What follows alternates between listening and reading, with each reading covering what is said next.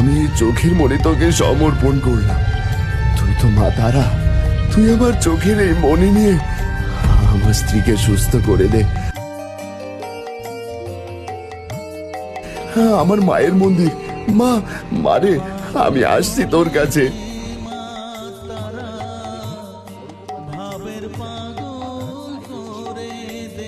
ঠিক তার সাথে সাথে একটি আলো জ্যোতির মধ্য দিয়ে আবির্ভূত হলেন স্বয়ং মা তারা। হরগোপাল, মা, আমি তোর ভক্তিতে প্রসন্ন। তুই আমার আসল ভক্ত। তুই চিন্তা করিস না, তোর সব মনস্কামনা পূর্ণ হবে খুব শীঘ্রই। সঙ্গে সঙ্গে মা তারার পায়ের কাছে হরগোপালে সমর্পিত তার চোখের মণি